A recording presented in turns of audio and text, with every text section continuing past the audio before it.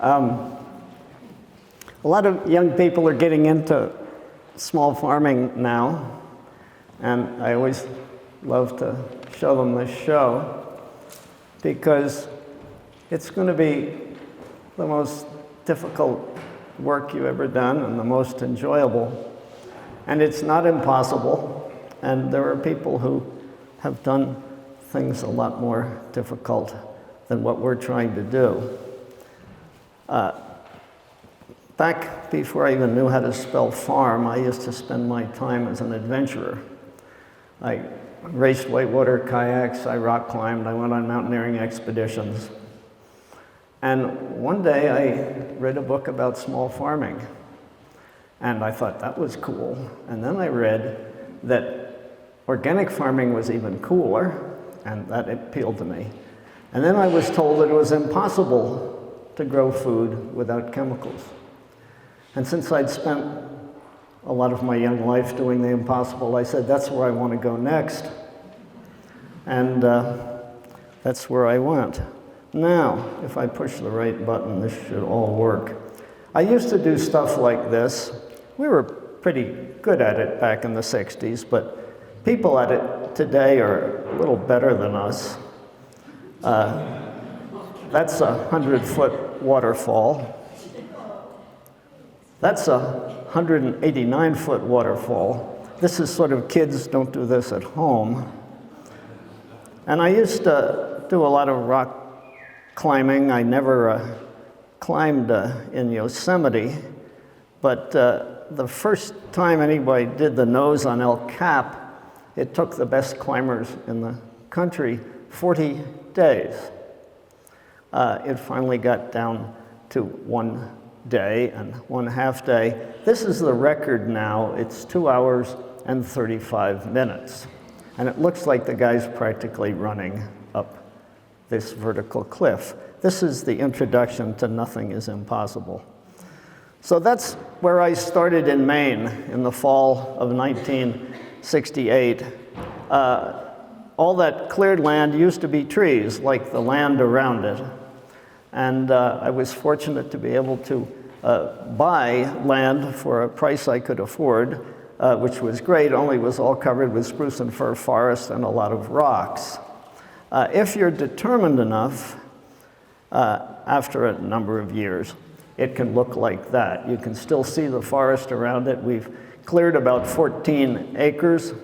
And the most interesting part of it was that we had a lot of young people working with us, and they couldn't understand why after we dragged the stumps off, before we dragged them, I had them beat them with the back of the axe to knock any soil on them off. And they said, why are you doing that? And I said, because we only have 2 inches of topsoil to begin with. I don't want any of it leaving.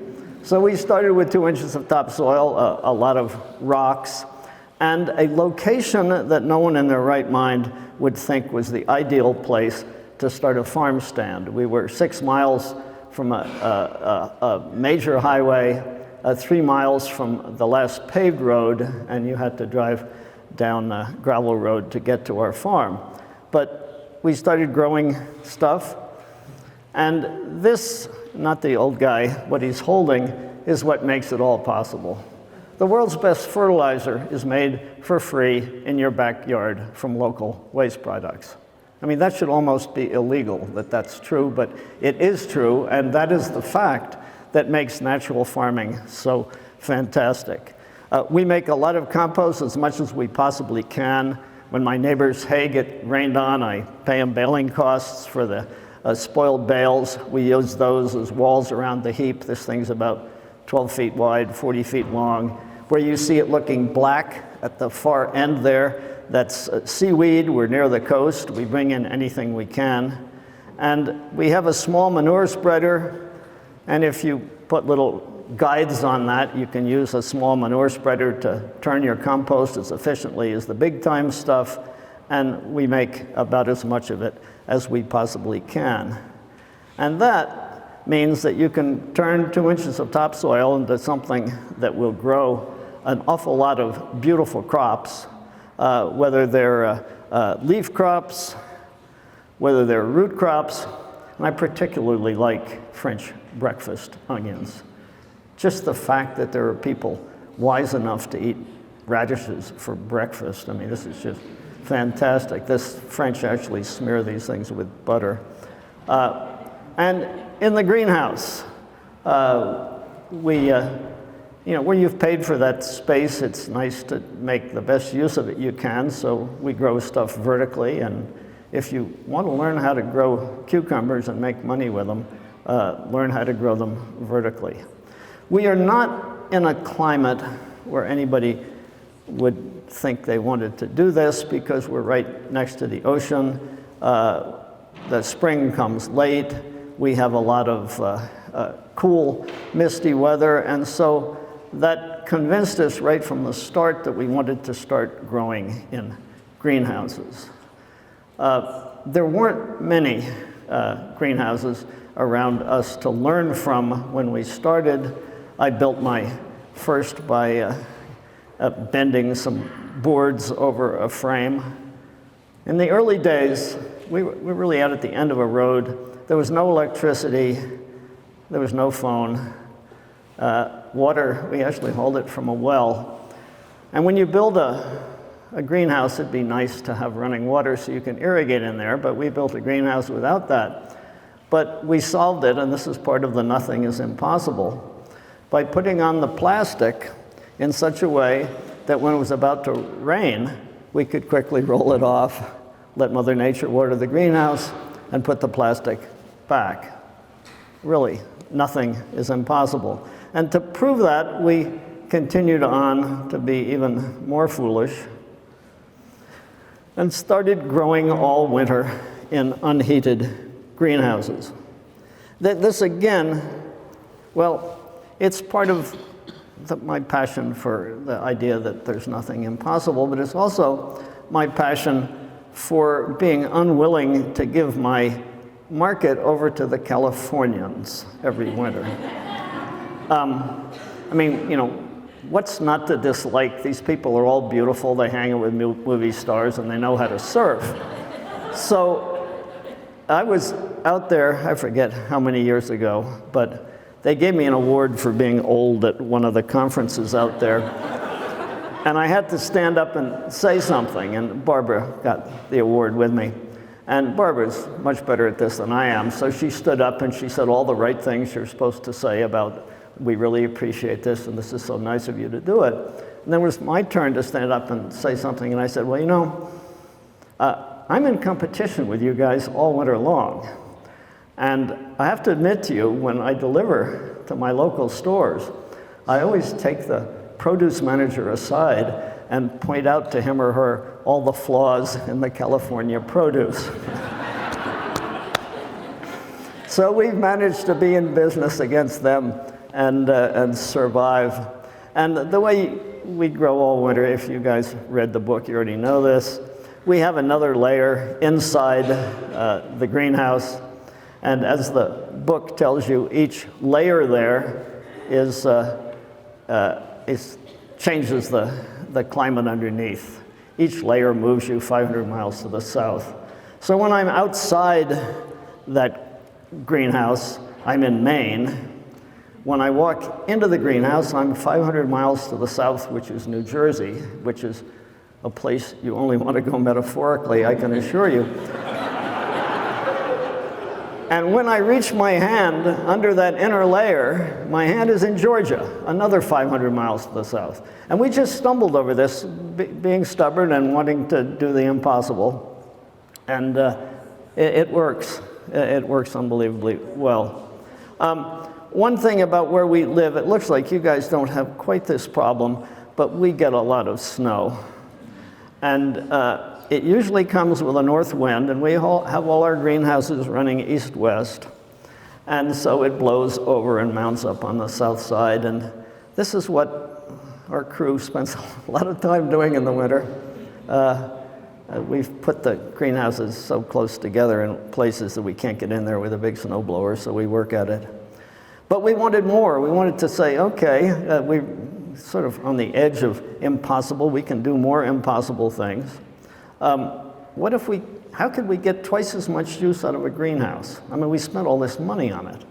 So we figured, what if we made them movable?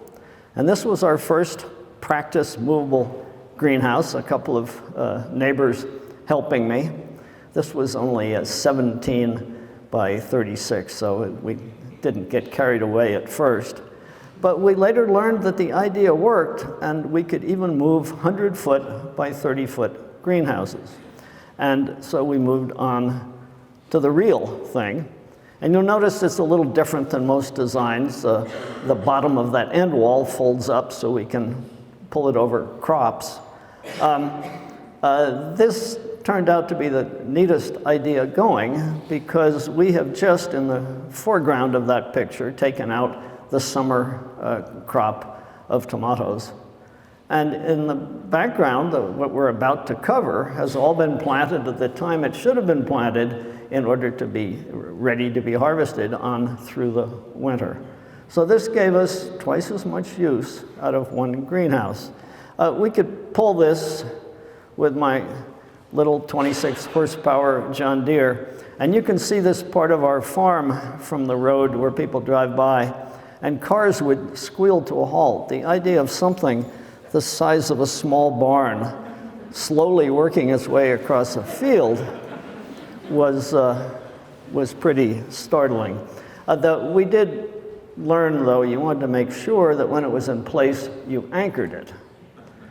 Something the size of a small barn wafting toward you on a stiff breeze is going to be very unnerving, and you don't want it to happen.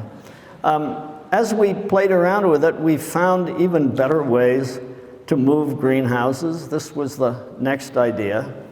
Those are the wheels that you'll see on the gates of industrial parks that slide sideways on horizontal pipes. And we put one of those wheels in the bottom of each hoop leg, and that was a neat idea. It had two defects. First, the wheels were expensive. And second, it left a gap along that bottom edge there that you had to close up when the house was in place and open up again before you moved it. So we started thinking, okay, and it really took about 4 people to move that house. We wanted to move it with 2 people. So we worked with a manufacturer, and these are serious commercial wheels with a lot of ball bearings, and they roll up upon that V-track.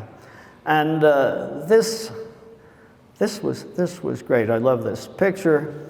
2 of us moving a 30 by 50 foot house, just pushing it along the track. Of course, there's one major flaw. This is the most expensive movable greenhouse you can buy. This is the Cadillac of movable greenhouses. The company gave it to me because I designed it for them. But its ease of moving, it was hard for real small growers to afford it. So we didn't give up, we kept looking.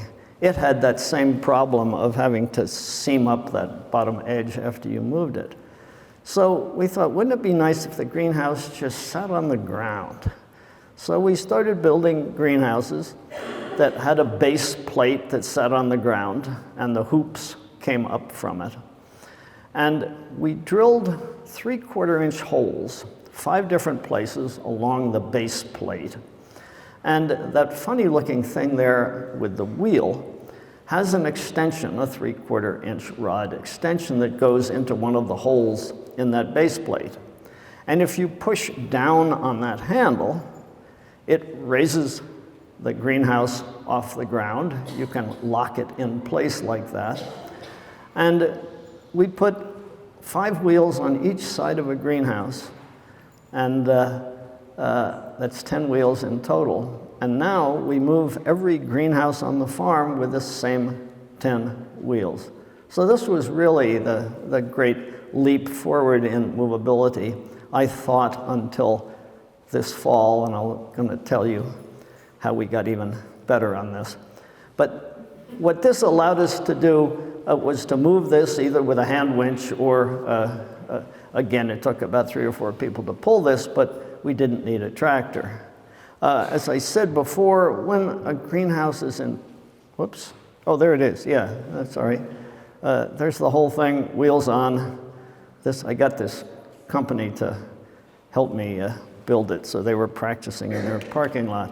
When the greenhouse is in place, you want to have it down. The little red eye at ground level there is a 4,000-pound twist in, 4 foot long, ground anchor. And then there's a chain and a chain binder. You want to go out and tighten those up if you hear there's going to be wind to make sure they're there. We got careless once with a new greenhouse, and the title on this picture is Whoops.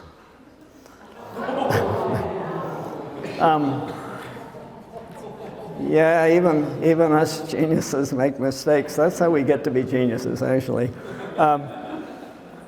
So you don't want that to happen. Yeah, have them well anchored. And then, we started playing around with tools. Nobody's been designing tools for the small farm for many, many years. This has all been forgotten about. But we figured we could do better than what we started with. This was a 3-tine cultivator. It used to be a lot smaller than that, and one day I looked at the small one and I took hold of it and I pulled the tines apart and made it bigger, and it worked really well. And we used to use this to mix whatever alfalfa meal fertilizer or whatever we were using into the top of the soil. But this was the least popular job on the farm. The tool was known as the human rototiller, and everybody always had something better to do on that day. So I designed a tool. It's really easy when you're using something like that to design an easier way in your head. The difficulty is then making it a reality for real. And I met an out-of-work robotics engineer. So I showed him some drawings, and I said, do you think you could make this? And I did all this stuff, and sure as heck, he got into it. He now has a business with 3 employees making these dang things. I have no financial connection to it at all. I said, all I want to be able to do is buy one. And so that's where this came about. This is called the tilther. It only tills 2 inches down, and only tills 2 inches down for a reason. Weed seeds that are more than 2 inches down know they aren't going to make the light before they run out of energy, so they usually won't germinate. They actually know where they are. And so why bring up new weed seeds? You exhaust the weed seeds in the top 2 inches and you're in good shape. And one of the trouble with small tillers, if you have one, they have that gearbox in the center and it doesn't till well. So we made this like a tractor tiller. And the power comes from that left-hand end. There's a chain there. And this is very modern technology. We run a rope around the trigger of the cordless drill. I can't tell you how much thinking I did and time on the web, and are there small electric motors, and where can I get a battery that will do this and that. And then I was in the shop one day and I looked over at the tool shelf and Mr. DeWalt had solved all the problems for me. But that really is amazing. All the power in there, and that will do an awful lot of tilling. And this is back in the old days with smaller batteries. They have batteries now that'll run forever. So this allowed us to be doing stuff in the greenhouse it was a heck of a lot less work. We needed less labor. There was less expense, and we were seriously on our way to making a living. The beds in the foreground, that concrete slab, when we poured it at one end of the greenhouse, we put pipes in. We can run warm water through it. And there's some little basil plants in there. The local chefs, when they have a special order, have figured out how to deal with Elliot. They don't say, I got this fantastic dinner on March 1st. Could you possibly have basil for me by March 1st?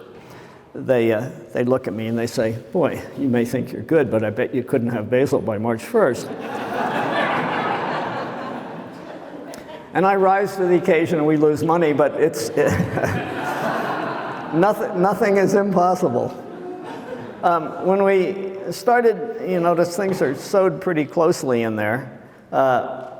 Years ago, I made my own multi-row cedar, but I'm a funny tourist. When I'm in Europe, I don't go to art museums, I'm ashamed to admit. I go to hardware stores. And in a hardware store in Germany years ago, I saw this little cedar. Puts in 4 rows, they're 2 1/4 inches apart each. They don't come up quite that quickly. This is just a posed picture. But this is pretty neat. And if you can see in that picture, the axle has different size holes in it. You just slide it side to side to have the right size holes you want under each of those hoppers. And those little thumb screws at the top there adjust a little brush. And this is really an amazing tool. It's very simple, it works well. But we realized that it took 3 passes down a 30-inch wide bed to sow it, because we were putting 12 rows on a 30-inch bed. And again, we wanted to be more efficient. So I went back to my out-of-work robotics engineer friend, who was no longer out of work. Actually, he was making a lot of tilthers. And I gave him the designs for this. And this is now a 6-row cedar. Johnny Selected Seeds sells all of these. And again, I have no financial connection to them. The ideas appear in my head, and I'd love to see them made. And so this does half the 30-inch bed with 1 pass. The reason we wanted to sow efficiently like this is, as I said earlier, we paid a lot of money for that greenhouse space, and we want to make it produce. And when we grow carrots in the greenhouse, we have 12 rows of carrots on a 30-inch bed. And most people look at that and they can't believe it. I learned this from my European farming friends years ago. They told me that all you needed was 2 square inches per carrot. Well, if the rows are 2 inches apart and the carrots are 2 inches apart in the row, you got, 4 square inches per carrot. You got 4 square inches per carrot. And sometimes we even put them an inch apart in the row. We get slightly smaller carrots and they take a little longer. But it's amazing how productive that is. I was speaking at a conference in Pennsylvania to a bunch of field growers years ago, and they said, how can you make money on a small acreage? And I said, well, how many rows of carrots do you guys put on a 30-inch bed? And they said 3. And I said, well, I put 12. So now you have to multiply my 1 acre by 4. I have 4 acres. And I said, how many crops a year are you getting? And they said 1. And I said, well, I'm getting 3. So you got to multiply my 4 acres by 3. I now have 12 acres. Well, that's what's going on with intensive production. And the reason that has been forgotten is because it was first got forgotten in the horse days, because you have to get the horses and the cultivators between the rows. It's been equally forgotten in tractor days. But on the small scale intensive production, it can be done. Now, if you put carrot rows that close together, how do you cultivate them? Well, you don't do it after the fact. You use pre-emergence weeding. And some people use the phrase stale seedbed for this. I think it's sort of doesn't make me hungry to think of a stale seedbed. But that means you prepare the seedbed and then you wait a week to 10 days before you sow it. And then before the carrots come up, which takes at least 6 days, all the weeds are up and you flame the weeds off. In flaming the weeds off, you haven't cultivated the soil to bring up new weed seeds, and it's an amazingly effective system. This is just a little homemade flamer we made. You can buy that handle with the nozzle on the end, and people walk along using it like this, and we figured it would be more efficient that way. And there are even better ones coming out now. We've been, again, after manufacturers to make things work better. But when you're flaming weeds, you really have to restrain yourself. Everybody hates weeds, and you want to go out there and burn the little buggers to a crisp. If you do, you're going through an awful lot of propane. And studies have shown that all you need is a temperature of about 165 degrees for a second, and it melts the protein cells in the leaf. And after you go by, the leaf still looks green, and about 3 hours later, it's just keeled over. And so this is a very efficient way of weeding, and it makes it possible to grow crops at close spacing like we do. So the carrots that come out of this have become our most popular crop. Our carrots are always freshly harvested up until the middle of February, and then they come from the cellar. But while they're freshly harvested, we want people to know that. And so we leave that little inch of greenery on the top. That's how people know these are fresh carrots. We stumble over a lot of these things. One year I planted carrots in a cold frame. This is many, many years ago, and I planted them the 1st of August. And darn, if those weren't in the middle of the winter, the best carrots I ever ate. So we researched that, and we found that if carrots remain in the cold ground, not in the cellar, in the cold ground with the roots attached, they get sweeter and sweeter. And our carrots planted in first to second week in August and harvested during the winter, November to mid-February, are so sweet they're known in our local market as candy carrots. And little children beg mom and dad to go buy them, so it makes us feel good. They really have become our signature crop, and actually I have a t-shirt, maybe I have it on underneath, has a little carrot on it. We advertise that. The other reason you want cedars, oh yeah, I was about to talk about why we end up the middle of February. Because if you have carrots in the ground, by the middle of February, the day's length is coming back, and the carrots are beginning to think, okay, I made it through winter, it's time to go to seed. And so they start sending up new greenery. When they do, they lose their sweetness. So we only grow enough, so we're harvesting the last of them the second week in February, and then we move into storage carrots. We haven't figured out how to effectively bridge the carrot gap economically. You can do it with a lot of straw mulch, but then that's bother to put on and deal with later. I'm sure we will figure out a way at some time to bridge the carrot gap, but we have ones that we plant in our minimally heated greenhouse in early December, and they come in around the last week in March, so we're close to bridging the gap. But the other reason you want cedars is you want to be able to put all your greens in efficiently, and so your harvests are, you can count on a specific amount when you need it every week for whatever market. And the nice thing about that 6-row seeder with the 2 rollers is it gives you a perfectly flat seed bed after it's seeded, and it makes it easier to go in there and harvest them. For years at the start, we were doing that with knives.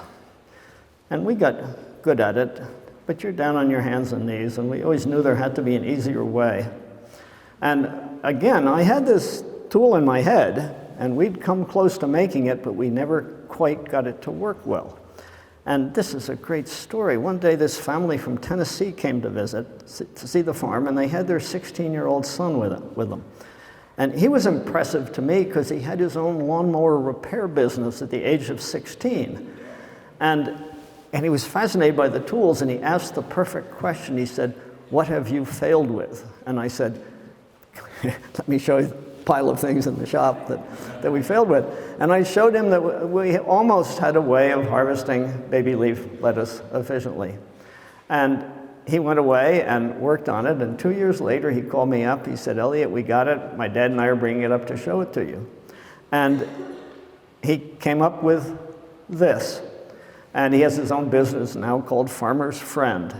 But the genius of it, and this is neat, there's always a way, nothing's impossible to solve problems. That cutter bar you see right on the ground, we had that, and we had the cordless drill, and we had the cutter bar going back and forth. The trouble was, if it was a light crop, you could push it over.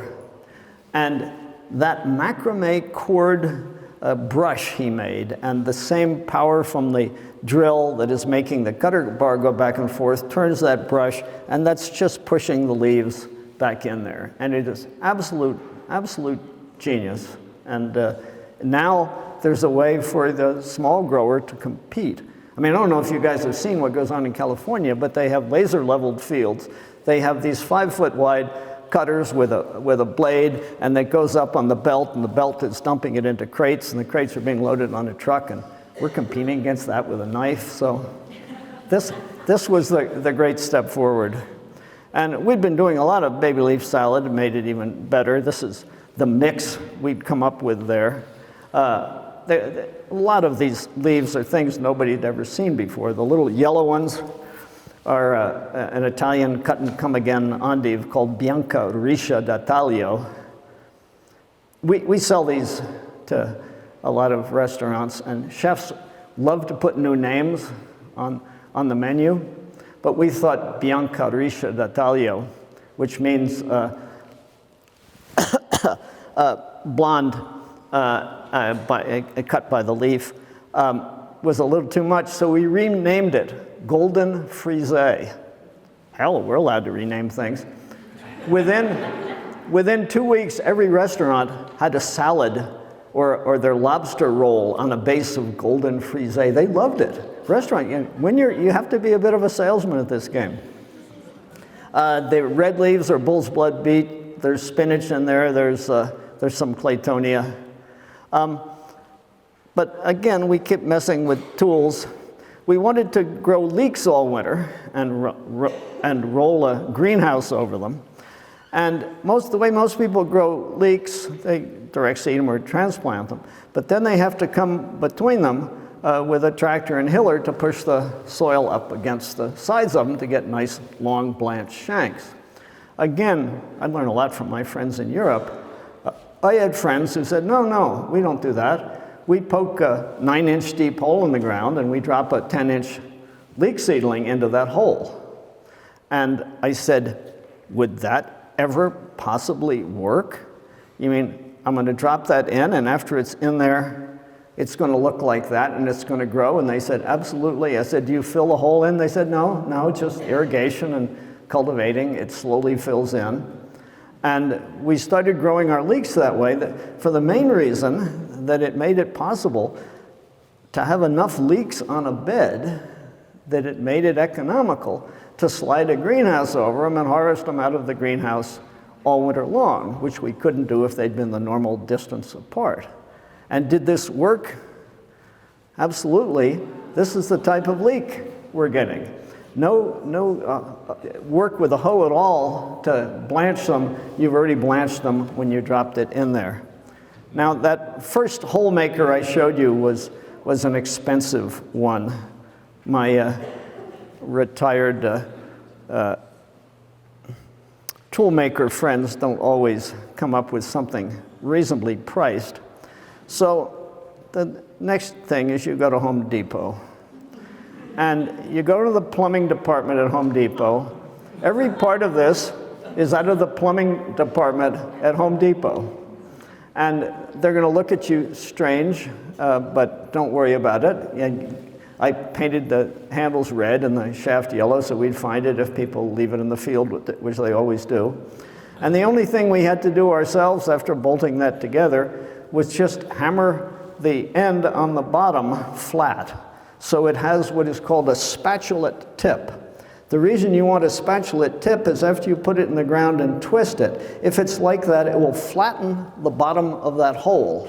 If you stick down one with a point on it and then you drop your leek in, the roots will be held up in the air. But if you have a flat hole, the roots will go right down to the bottom and they will grab hold of the soil. So you want that flat spatulate tip on there, and you just twist it after you make the hole in the ground.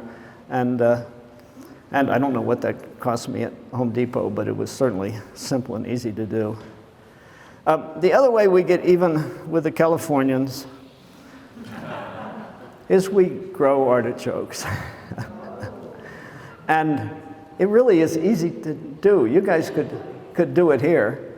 I started years ago mainly because I'd been told it was impossible to do it in Maine. But we found out that you can trick artichokes, almost any variety. If you start them in a warm greenhouse, we start in the middle of February. By the 1st of April, they're 6 weeks old, and they're old enough in the warm greenhouse to think they've been through their first summer. Then you move them outside into a cool area for the next 6 weeks, and they think they've been through their first winter. And then they think they're 2 years old, and they make artichokes. Really, this is pretty neat stuff. What came along to make that even easier was the California growers wanted a way to get artichokes during August and September, which is the low season in California, and they convinced breeders to breed artichoke seeds that would come the first year with only a little bit of cold encouragement. And so there's one now in all the catalogs called Imperial Star, which makes what we learned to do years ago a lot easier. But it is possible, the market loves them. The title on this picture on the wall of our farm stand is "Eat Your Heart Out, California." We can do this, and they are good, they are really good. When you have a greenhouse, we try and use it for everything. We start pre-sprouting seed potatoes. Let's see, we start pre-sprouting seed potatoes the 1st of March. And in about 3 weeks, we have them under the benches in the same greenhouse we grow seedlings in. They have nice sprouts on them like that.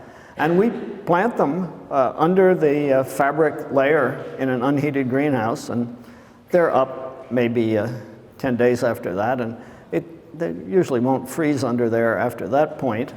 And so there's 2 rows of potatoes on a 30-inch bed, and we are selling baby new potatoes by the first week in May. And people are just dying for baby new potatoes by the first week in May. Our only competition, illegal competition, comes from California because they grow regular potatoes, and then after they harvest them, they riddle out all the little ones, which used to be thrown away or known as pig potatoes and fed to the pigs, and they pretend that they're baby new potatoes, and they actually show up in Eastern markets. And I have to explain to all of our customers that unless you can take your thumb and rub the skin off, it isn't a baby new potato. It is a mature potato. But we've survived that. Oh yeah, that's Claytonia next to it there. That's a great winter crop in salads. When we were making that baby leaf mix, Claytonia saved us many, many times because it's heavy. And we had an order for 85 pounds, and all the other crops weren't quite up to it. One mix, we had 50% Claytonia in there. Other crops we've decided to play with is watercress. Watercress thinks that the light filtering through the plastic is like the light filtering through water. Netafim makes those little misters. They put out a gallon an hour. And we direct seed, as you can see, with the 4-row seeder, watercress seeds. And these are beds on that concrete floor. And it grows the most beautiful watercress you can imagine. And, we can guarantee, people always worry whether the stream watercress grew in was pure. We can guarantee people that the stream watercress grew in was pure because it was well water. Yeah, our chefs love getting real watercress. The other thing we've played with is trying to turn chard into a real moneymaker. Chard is a hard sell lots of times at your farmers markets, and your usual Ford hook chard with the big stems, unless people know how to use it. So we started harvesting them when the leaves were the size of your hand or smaller and with no stem. And if you do that, you will find the leaves are practically buttery. They're so soft and tender. Well, we're good marketers. This was then sold as butter chard. And it took 2 weeks before every restaurant had a butter chard salad. Really, the chefs are paying attention. For another ridiculous thing, behind there, the onions, those are the exact same variety of onion that they grow in Vidalia, Georgia, for the famous Vidalia onions. We had to ask extra hard for when we bought the onions from one of those places in Texas, the same place the Vidalia people buy from, to make sure they would send them to us in early December. They couldn't believe anybody in Maine wanted them then. We planted them at bed in the greenhouse. It took 4 months. But there we were, the first week in May, with big, beautiful Vidalia onions. At the same time they're maturing in Georgia. They're a short day onion, and our days are short in the winter. We were very honest about them. You're not allowed to call sparkling wine champagne. You have to call it méthode champenoise or something like that. So we called these méthode vidalianoise. But people love them. At the start, I really hate buying things that I don't have to buy, so we made our own boxes for shipping our produce. I have a neighbor with a sawmill. I can cut cedar on my land, made these nice boxes. And we get them back when we deliver the next stuff. This is obviously a bunch that are going off to chefs. They have requested all the Hakurei turnips to be the same diameter, all the carrots to be the same. We are happy to do that. We charge them extra for the privilege, and the chefs are very happy to do that if they get what they want. We also wanted to produce eggs and do them economically, and we didn't want to build a chicken house. There's a lot of expense there. We wanted to keep 150 to 200 hens. And so we figured we have a greenhouse that grows tomatoes in the summer and we're not using it in the winter. I wonder if we could put our hens in there. And if you notice along the edges, those are wheels. And this greenhouse, 50 feet long, 22 feet wide, sits on 7 wheels on each side. In the back end there are roosting bars, and you can see the edge of the community laying box there. This is a close-up of the wheels. I hadn't cut off the extra plastic when we took that. And they lay in the community laying box. There are hanging feeders. Everything moves with the greenhouse. And we move this 10 feet every week down a grass pasture. So we have the only chickens, free-range chickens in Maine, that are free-ranging all winter long. Every week they get 220 square feet of fresh sod. And don't let anybody tell you chickens are stupid. When they hear the tractor come and hear me hooking up the tow bar, they're all right in the front edge of the greenhouse. And as it moves, they're just all over that fresh green grass. It does snow. I plow the snow off in front, and it's a little icy in there for the first days after I move it. But they quickly have dust baths all over this. These are the happiest chickens going, and it looks, like that about now. It moves down. You notice there's posts on either side of it. Those are T-posts of a pasture fence on the left, but on the right we drove T-posts. And we have special brackets on them, so every time we move this is known as the Hoop Coop. Every time we move it, we reattach it to different T-posts to keep it from blowing away. And then next summer, when it's down at the far end where it's going to grow tomatoes, we grow corn. The chickens have spread all their manure for us, and we grow corn to feed the chickens. I love it. So they have fertilized their own food, and then in the summer, as I say, that becomes a tomato house.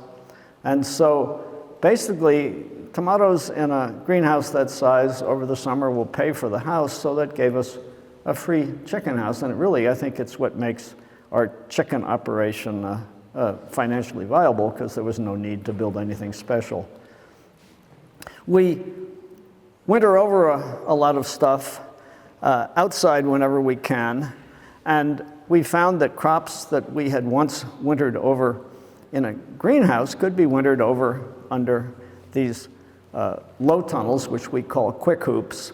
At the start in the fall, they're covered with fabric. Then we put a layer of plastic over that if they're going to be there all winter.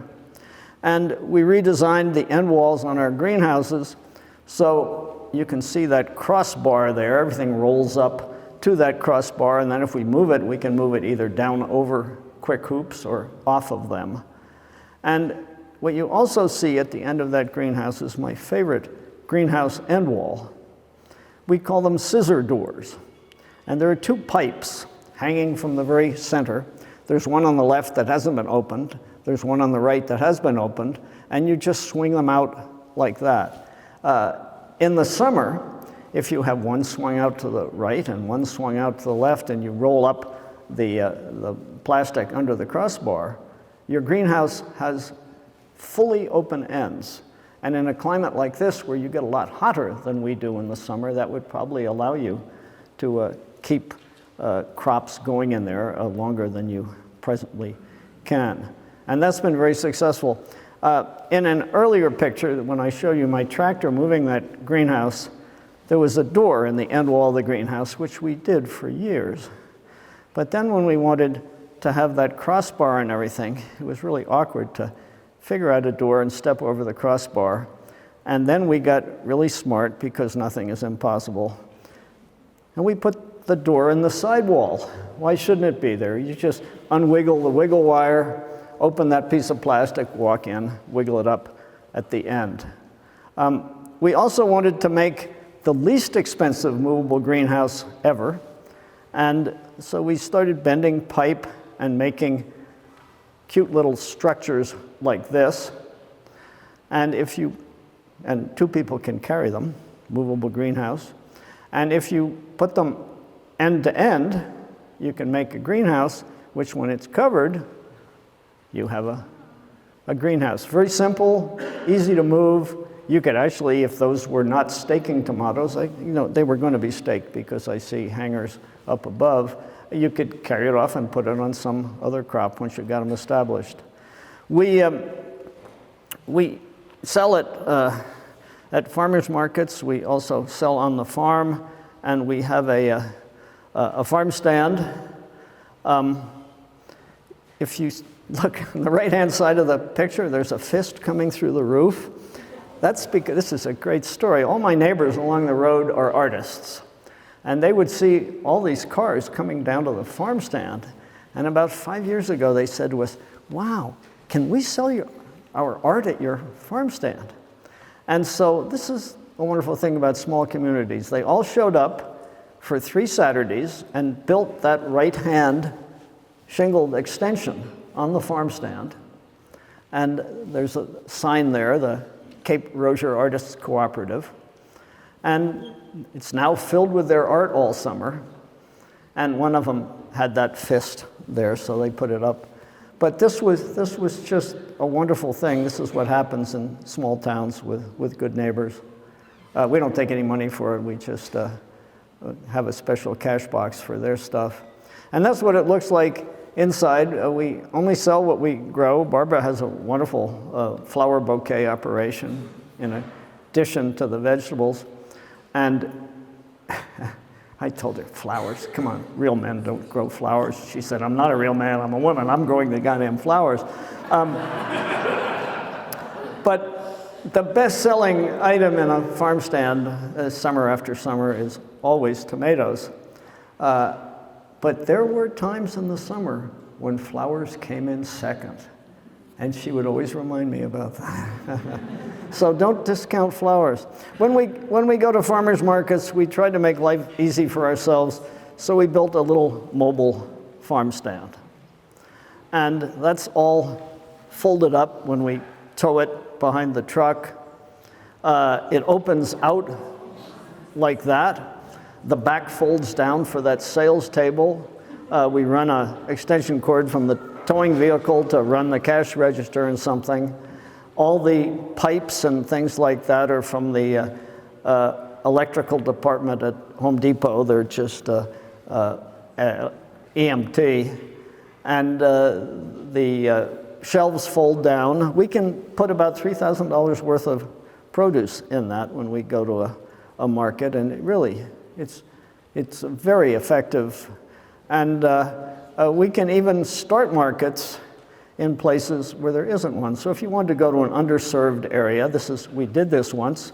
We advertised that every Saturday at a certain hour we would be at this spot. And there'd never been a farmer's market there before, and the first week we were there all by ourselves. But then word got out, and this is my favorite Horatio Alger story. The second week we were there, this little kid towing his wagon filled with seedlings he'd grown and a sign came in and set up next to us. This is great. This is American entrepreneurship at its best. By the third week, one of the lobstermen's wives was there selling lobsters, and it's turned into one of the best local farmers markets so you always want to think about that. The reason, of course, we do all this is to feed people. There's a group in California that I tolerate because they're really nice people called Outstanding in the Field, and they go across the country doing dinners on farms. And they come with vans and trucks, and they bring all the tables and everything, and they arrange with a local chef to be the head chef.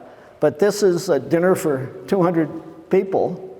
They brought all the stuff on our farm, and it was really fun. We've done about 4 of these with them. These guys are not stupid.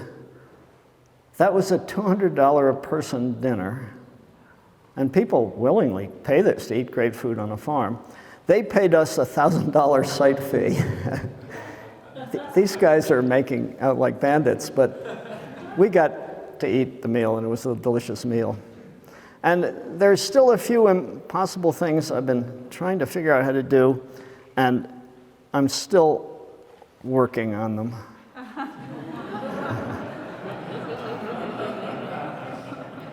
My daughter and I faked that picture with black ice and a rainstorm. Anyway, thank you very much.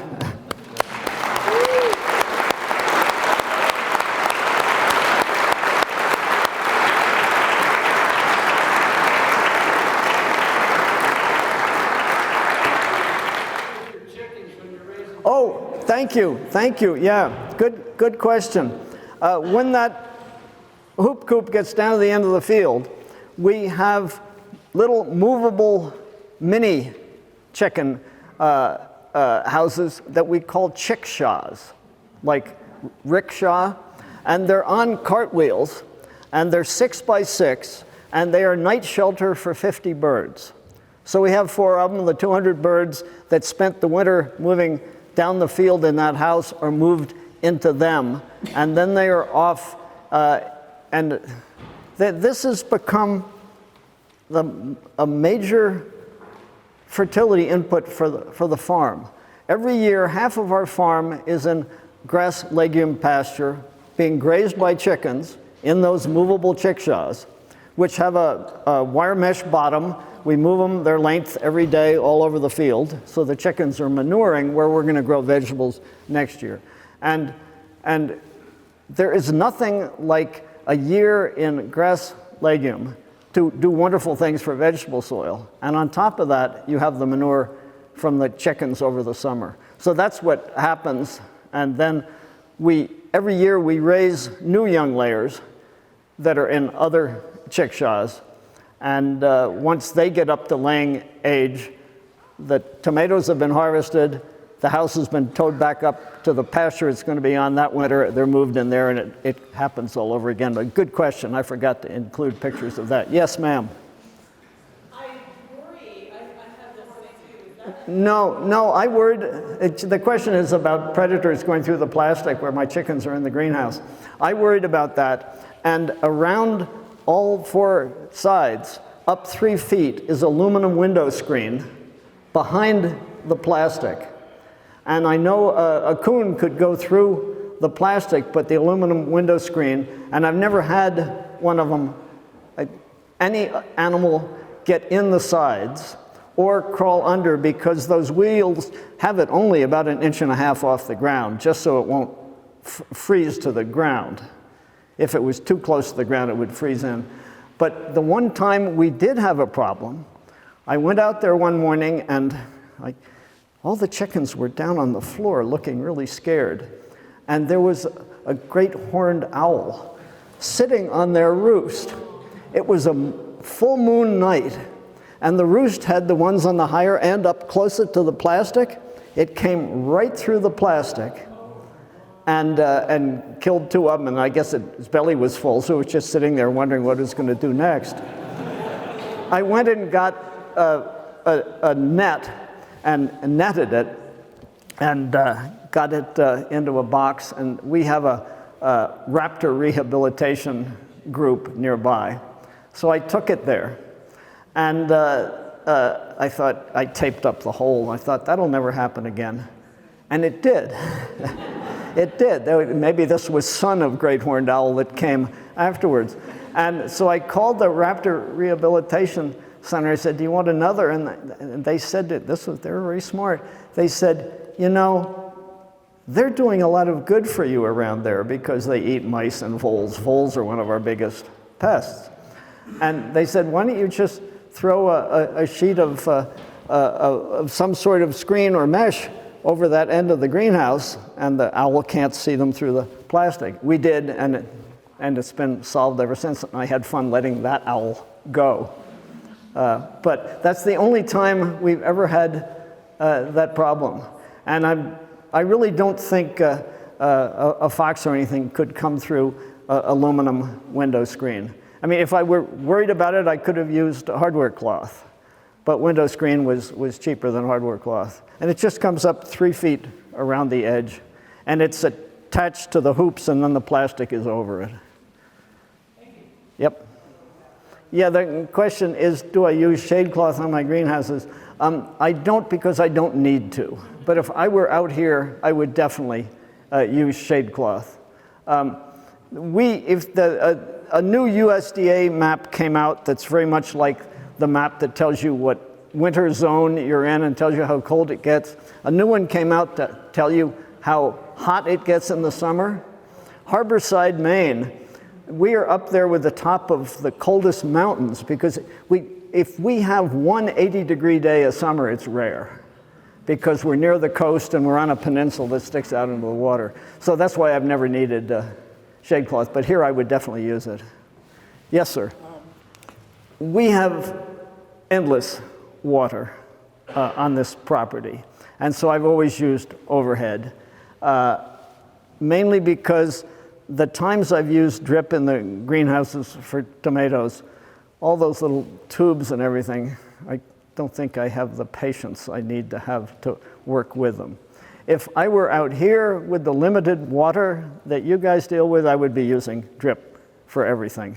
And I would just have to learn to overcome my unwillingness to deal with all those tubes. Yeah, but I love overhead. Yes. Yes. Yeah. Yeah. The thing with carrots is you can pretty much count on you won't see them for 6 days. And if the weather's cool, you might not see them for 8 days, but that's tricky. My friends in Holland who were doing acres of it that way, they made these little wooden frames with a pane of glass in them. And they set them out on the field the day they sowed the carrots. And it was just warm enough under there that the carrots would come up a day before they would without the pane of glass. And that was their way of telling it. They wanted to wait as long as possible before they flamed. But we just use the 6-day thing. It's easier. And yes, we prepare the bed 10 days before we need to sow it. A few small weeds have sprouted, we sow it. And then wait another 6 days and then flame everything off at that point. For washing and bagging? Washing and bagging salad greens and spinach.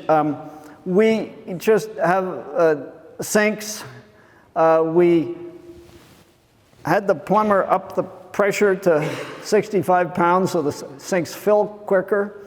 We changed the that drained so it was twice as big and they drained faster. A few things like that make an enormous difference. And we just dump them in, swish them around, move them to the second, the third sink, and then we have a dryer, one of those restaurant spin dryers.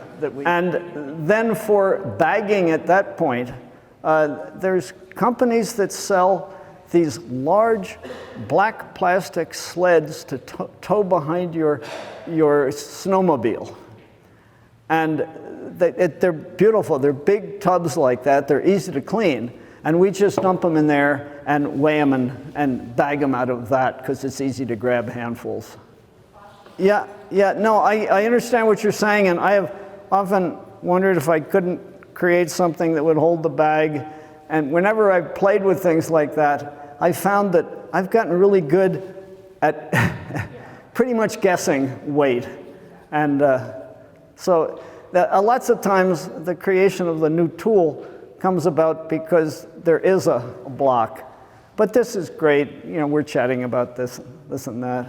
And, you know, we're not that huge an operation. I mean, we sell about 150 thou a year. It isn't like we're some massive $500,000 operation. Somebody here had a question. Yes, sir. Yeah, the question is about our Hoop Coop. The Hoop Coop, after the end of the summer when we take the tomatoes out, we wheel it up to the upper end of that field. It has a slight slope, and it's easier to pull it downhill during the winter, onto a strip next door to where it was that is still in pasture. We move it, and you can tow it with a slight diagonal and get it up there. And so we have been going across that field 22 feet at a time for a number of years.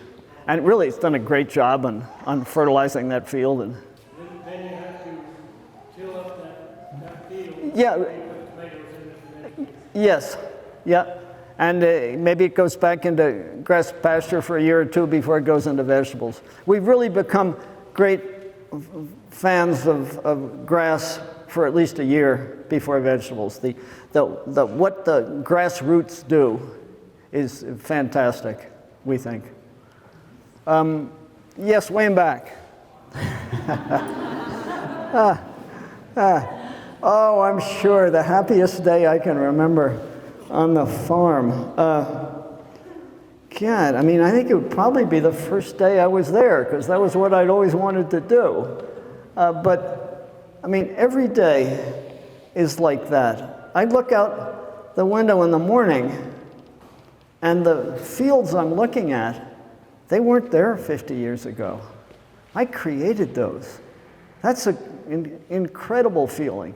Now, I'm quite sure naysayers would say, yeah, but think of all those wonderful red squirrels who were living in the woods before you cut their houses down. And I suppose that's true. But as a human being who loves to feed other human beings, the idea that what was not really land that could be used for anything else is now an incredibly productive piece of land that will continue to be so as long as we keep farming it well.